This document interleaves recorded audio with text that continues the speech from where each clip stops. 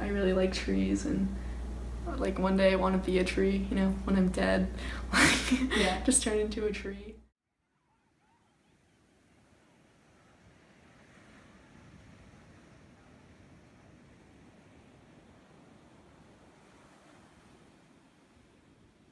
What really got me into the environment was reading a book called 100 Heartbeats. It's by Jeff Corwin. It's a book about species that have less than 100 heartbeats in their group, and it was really cool because he got to go around and like meet all of them, and it just like made me realize like a new appreciation for life, and like that's life of any kind. It doesn't matter if it's a plant or a goldfish or like a human. So after reading this book, I wanted to start a conservation club, and I did that at our high school.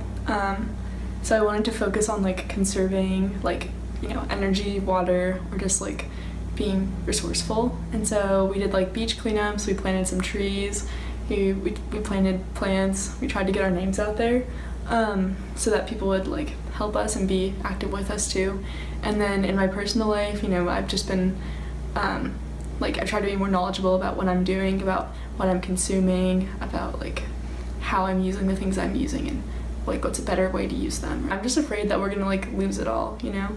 Because in Jeff Corwin's book, he mentions stellar sea cow, which is like a species that I didn't know about, which was like a really, really cool thing. And I was like, wow, like this existed, that's amazing. And, like, you know, it doesn't exist anymore. And like that could be how things are. Like we couldn't have elephants or giraffes or anything like that. And all of those could just be such an abstract thing to us. And we could just lose everything that we hold like so dear to us. And that's just a really scary feeling. And so that's sort of something big for me, is just like protecting the homes of like us and like our children and like all of the species. To start Conservation Club last year, I read a quote that said, we do not borrow the lands, or we don't take the lands from our ancestors, we borrow it from our children. And so that's sort of like the mindset that you need to have. Like your choices now will affect people in thousands of years. Like what we do now affects things. So just, you know, be conservative and be, you know, reasonable with what you're doing.